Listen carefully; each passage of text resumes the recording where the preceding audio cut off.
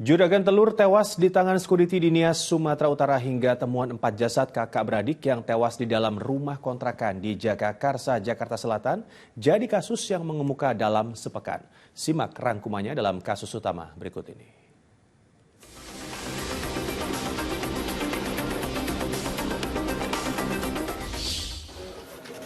Empat bocah kakak beradik tewas di sebuah rumah kontrakan di kawasan Jagakarsa, Jakarta Selatan membuka kasus utama pekan ini. Jasad 4 korban yang sudah mengeluarkan bau tak sedap ditemukan warga terkunci di dalam kamar.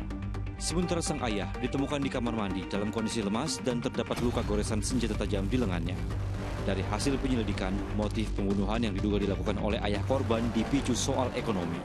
Pasalnya saat kejadian, ibu keempat bocah sedang dirawat di rumah sakit karena diduga mengalami kekerasan di dalam rumah tangga oleh suaminya.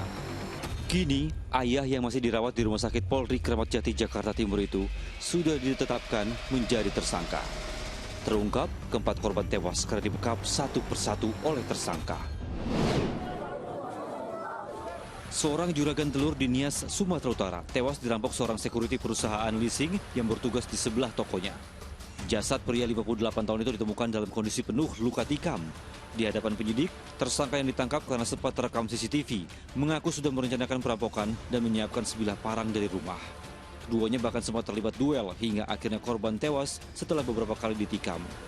Tersangka lalu kabur membawa uang tunai sekira Rp300.000 dan mata uang ringgit Malaysia di meja kasir. Motif pria 26 tahun itu merampok karena tergiur harta korban. Akibat perbuatannya, tersangka harus mendekam di balik jeruji dan terancam hukuman mati. Dipicu soal asmara, seorang perempuan di Bogor, Jawa Barat tewas dibunuh kekasihnya. Jasad korban ditemukan warga tergeletak di depan sebuah rumah toko yang kosong. Saat kejadian, keduanya sempat cekcok karena korban tidak terima. Hubungan asmaranya diakhiri tersangka. Korban yang berteriak membuat tersangka geram dan menganiaya kekasihnya hingga meninggal dunia.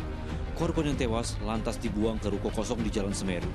Atas perbuatannya, lelaki 21 tahun itu terancam pasal berlapis dengan ancaman hukuman 15 tahun penjara. Sementara di Kebayoran Lama, Jakarta, api cemburu membuat seorang pria tega membakar istrinya hingga membuat korban terluka bakar 70% dan harus dirawat intensif di rumah sakit. Peristiwa bermula saat tersangka melihat isi pesan percakapan mesra sang istri dengan pria lain di telepon genggam. Dikuasai amarah, tersangka menyiram tubuh korban dengan bensin dan menyulutnya dengan api. Tersangka ditangkap di rumah kerabatnya, lalu dijebloskan di penjara oleh aparat kepolisian. Atas perbuatannya, ia terancam hukuman 10 tahun penjara. Kasus ayah dan anak tewas diduga dibunuh di sebuah rumah toko di Maros, Sulawesi Selatan turut menjadi sorotan. Terdapat sejumlah luka tusukan di tubuh kedua korban. Peristiwa diketahui setelah salah seorang anak korban mendengar keributan saat mengintip ke ruang tamu yang berada di bawah kamar tidurnya. Terlihat sang ayah dan kakaknya sudah tersungkur tak berdaya. Ia lalu menghubungi saudaranya dan polisi.